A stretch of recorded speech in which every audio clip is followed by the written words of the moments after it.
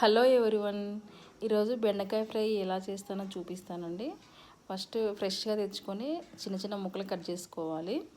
బెండకాయలకి ఏం అవసరం లేదండి, సింపుల్. కొంచెం ఉప్పు, కారం, కొన్ని పల్లీలు, కొన్ని తెల్లవాయలు, డీప్ ఫ్రై చేసుకోవడానికి నూనె, అంతే. చూడండి ఎలా చేస్తాను. డీప్ ఫ్రైకి కొంచెం నూనె పోసుకోవాలండి గోళంలో. ఇది వేడయ్యాక బెండకాయలు వేసుకొని డీప్ ఫ్రై చేయాలి.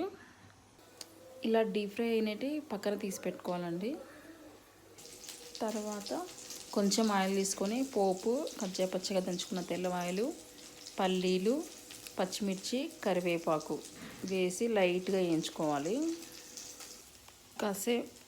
కాసేపు ఆగి పసుపు, ఉప్పు, కారం పొడి వేసి లైట్గా ఒకసారి మళ్ళీ వేయించుకోవాలి.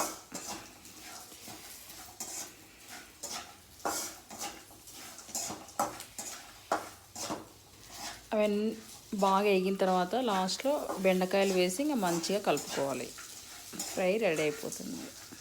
మనం ఫంక్షన్లోకి వెళ్ళినప్పుడు అప్పుడప్పుడు ఇలాంటి ఫ్రై చూస్తుంటాం కదండి. అంటే అంత మంచిగా ఏం రాలేదు, నాట్ బ్యాడ్, కొంచెం హోమ్ మేడ్ కాబట్టి ఇలాగే వస్తుంది. రెడీ అయిపోయింది.